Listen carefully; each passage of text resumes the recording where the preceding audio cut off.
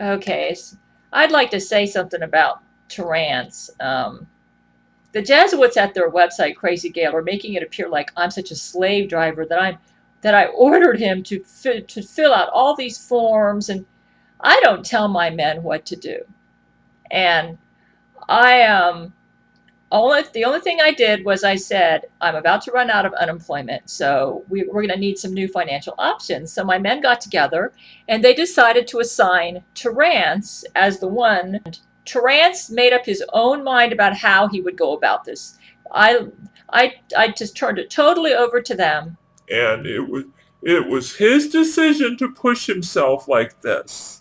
I didn't tell him to do this, but apparently he just was so scared of something going wrong. He wanted to make sure he covered every angle, and maybe it's because he's a Harvard trained lawyer that he just pushed himself and pushed himself. I never ever would have encouraged him to go for 2 weeks without sleep.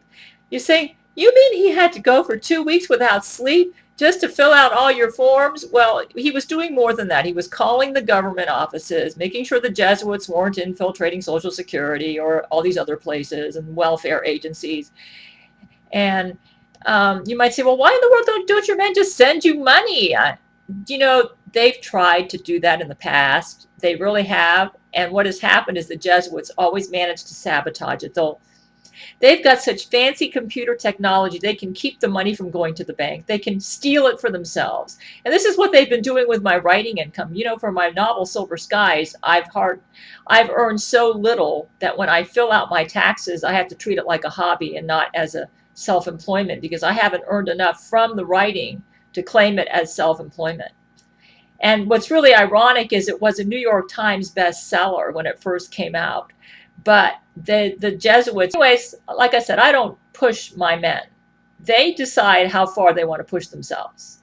The problem is Terrance loves me So much he's willing to die to make sure that he takes care of me. And I guess it also may be like a male ego thing too, because a masculine man takes pride in taking care of his woman, and he just doesn't want it to turn out that something goes wrong and I end up on the streets or or the creditors all come after me or something like this. So I think it's partly an ego thing with him. And I'm not saying he's an egotistical guy, but I'm saying it's the male pride. You know, this is my woman. I'm going to take care of her, and I'm going to make sure those Jesuits can't say that I slacked on my job. And he's going. I would say, Terrance, even though I appreciate your passion for me and trying to look out for my finances, I think we need to maybe rest in Jesus a little bit more and not do so much. Maybe go to Jesus in prayer and ask him what he wants you to do today for my finances and prioritize your time. So, anyways, and now the other thing I want to bring up.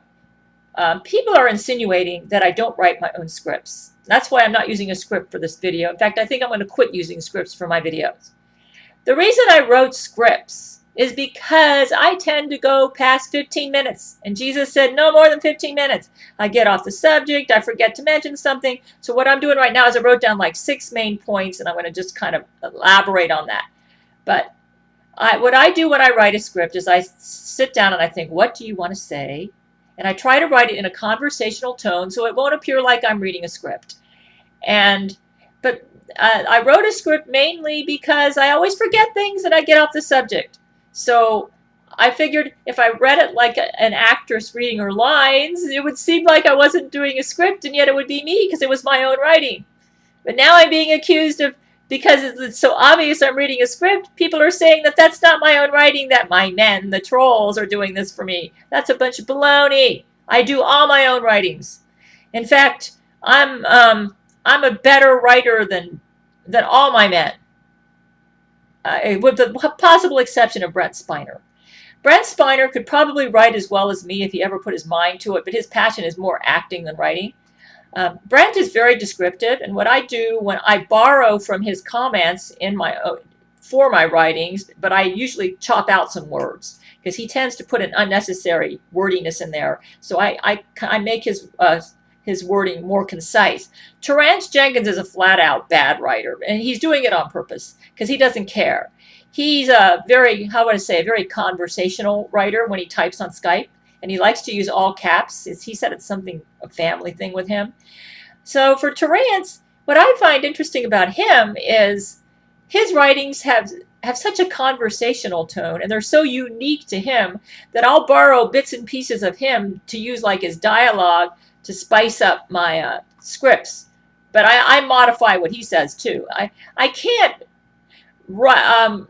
if when I write my scripts for my videos, I look over the conversations I've had with my men because they're my main source of information. And I take bits and pieces of that, put it into the script, put in my own words, put it all together, try to have an organized presentation so that I don't lose the audience by going off in tangents. And that's how I write it. And then I read what I wrote, mainly so I don't get off the subject and, go off in tangents. That's how I approach and then I sometimes, because the Jesuits use brain control on me and I'd say one word when I meant to say another word, I will post a script below the video for them to read so they can understand what I meant to say. I do all my own writings. Silver Skies was all my own work. I did all the research, all the writings, all the editing. And the current book I'm working on, which I think is going to be better than Silver Skies, is all my own writings. And what I'm doing with this book is I'm taking, like I said, portions of my conversations with Brent, with Jesus, with Terrance. Oh, get the Jesuits off my video. And I'm condensing it, rewriting it, trying to fit it into a plot. In other words, I take parts because this is a true story, I'm taking parts of real conversation and putting it into the book where it'll fit into the plot and work. But I take bits and pieces of real dialogue because it makes the story seem more authentic and more believable, and it's more accurate. But like I said, when I write the book, I'm not going to use every single piece of dialogue or a conversation I've had with my men, because then the book would be far too long. So what I'm doing is I wrote an outline. I know what the theme of my book is. I know what I'm trying to say. I know the plot. And I'll put the conversations where they fit into the plot. And I'm doing a lot of rearranging right now because I'm in the first draft, and writers often do that. And I'm actually learning what kind of a book this is as I write. I'm kind of writing as I'm going along. And so another thing, why do I read Russian? I am not fluent in Russian. Okay, you say, well, how are you able to translate Ivan's Russian? It's real simple, folk. You copy and paste a foreign language into Microsoft Word. Then you go to hit the review tab up at the top, then hit translate, and you can translate. As long as you're able to copy and paste it into Microsoft Word, you just go to review, hit translate, and then there's options. And you choose how you want to translate from Russian to English, English to Russian. And that's how I'm able to read the Russian. I translate it through Microsoft Word.